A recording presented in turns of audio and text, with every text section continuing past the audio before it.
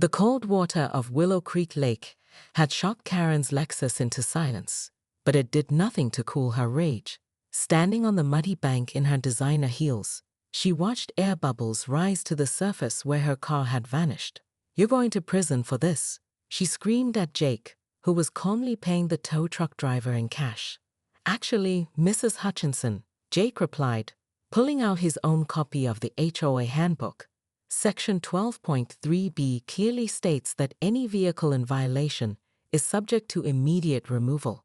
It doesn't specify where the vehicle should be taken. Rico, Jake's accomplice, chuckled from behind the wheel of his specialized recovery truck. "Don't worry, lady. We do underwater extractions too. Cost you about $8,000, plus environmental cleanup fees." Karen's face cycled through shades of purple. For 8 years, she'd wielded the HOA handbook like a weapon, never considering that someone might turn it against her. The irony was suffocating. "This is different," she sputtered. "I'm the president. I have executive discretion." "Executive discretion?" Jake raised an eyebrow. "Where was that when you towed Mrs. Chen's car the day after her husband's funeral? Or when you fined the Millers for their kid's chalk cart on their own driveway?" The gathering crowd of neighbors murmured agreement. Karen suddenly realized she was surrounded by faces that held years of suppressed resentment. The Johnsons, who'd been forced to repaint their house. The Patels, who'd received 17 violation notices in 1 month. Mrs. Chen, still wearing black. "Jake's right," Mrs. Chen said quietly. "Rules are rules, Karen. Isn't that what you always tell us? This is vandalism, destruction of property." "No," Jake corrected. "This is following the handbook to the letter, same as you've been doing for 8 years. Karen's phone buzzed with notifications. Someone was live streaming the confrontation, and the hashtag #HOAKaren was already trending locally. Her perfectly curated image as Meadowbrook Heights guardian of order was dissolving faster than her car's interior. "I'll have you arrested," she threatened, but her voice lacked conviction. Jake shrugged. "Call the cops. They'll find out your car was legally towed for a legitimate violation. What happens to it after that?" He gestured toward the lake. "Well, that's between you and your insurance company." Over the following weeks, Karen discovered that power built on fear was remarkably fragile. The video of her Lexus taking its final dive had gone viral, spawning memes and copycat stories across social media. Local news picked up the story, painting Karen as the embodiment of HOA overreach. Neighbors who had silently endured her tyranny for years suddenly found their voices.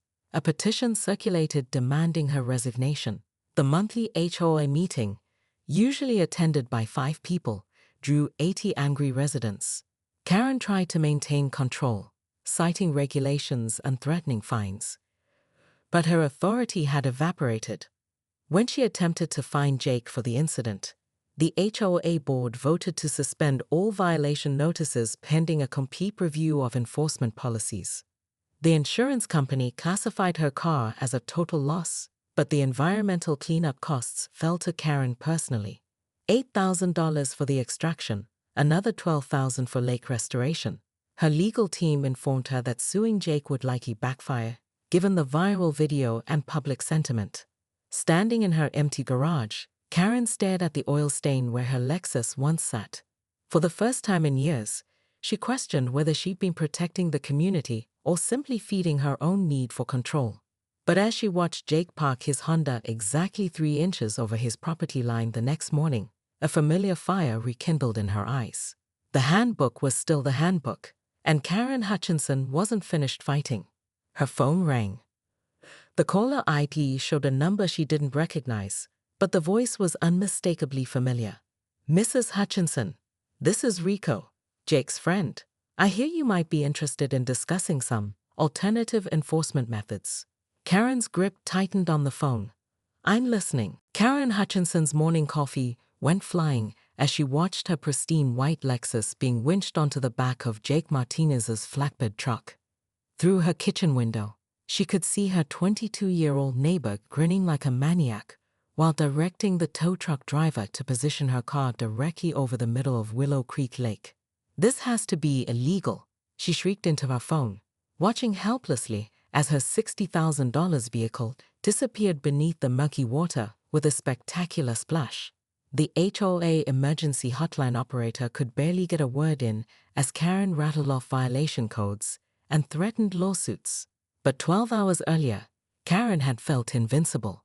She'd been patrolling Meadowbrook Heights in her golf cart, clipboard in hand, when she spotted Jake's beat-up Honda Civic parked in his own driveway. The problem? It was 3 inches over the property line, technically encroaching on the shared sidewalk. Karen's hawk eyes had caught the violation immediately. Finally, she muttered, pulling out her measuring tape for the 3rd time that week. The HOA handbook was crystal clear. Any vehicle blocking pedestrian access was subject to immediate towing. Never mind that no one walked on this particular stretch of sidewalk. Rules were rules. Karen had been HOA president for 8 years, and her reign was built on absolute adherence to the community guidelines. Her neighbors whispered that she measured grass height with a ruler and counted Christmas lights to ensure no one exceeded the seasonal decoration limit. They weren't wrong. "Mrs. Hutchinson, you can't be serious," Jake had said when she knocked on his door at 6 a.m. with the violation notice. His dark hair was disheveled from sleep, and his coffee mug bore the logo of the auto repair shop, where he worked double shifts to afford his modest townhouse.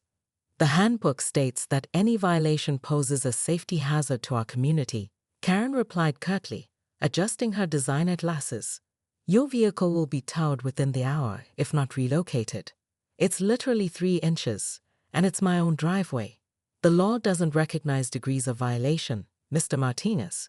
Perhaps you should have considered that before your careless parking." Jake's jaw tightened. "Lady, you towed Mrs. Chen's car last month because it was dirty and somehow violated their aesthetic standards. You made the Johnsons repaint their house because the beige was 2 shades too dark. When does it end?" Karen's smile was arctic. "When everyone learns to follow the rules." Within 30 minutes, Jake's Honda was gone, deposited at Sells Impound Lot 15 miles away. The towing fee would cost him $400, plus daily storage charges he couldn't afford. Karen watched from her window with satisfaction as Jake frantically called his boss to explain why he'd be late for work. But Karen had made a crucial miscalculation. She'd assumed Jake was just another neighbor who would grumble, pay the fees, and fall in line. She didn't know that Jake's family had owned a towing company for 3 generations before the economy forced them to sell. She didn't know he still had connections in the business, or that his best friend Rico had access to specialized equipment for water recovery operations. That evening, Karen found Jake's violation notice taped to her own front door. Her Lexus was parked in her driveway, same as always. But according to the note, her vehicle's bumper extended 4.2 inches past the approved parking boundary, violating Section 12.3b of the community guidelines. "This is ridiculous," she scoffed, crumpling the paper. "I'm the HOA president. I know exactly where my car is supposed to be parked." But when she went outside with her own measuring tape, her confident smirk faded. Jake was right.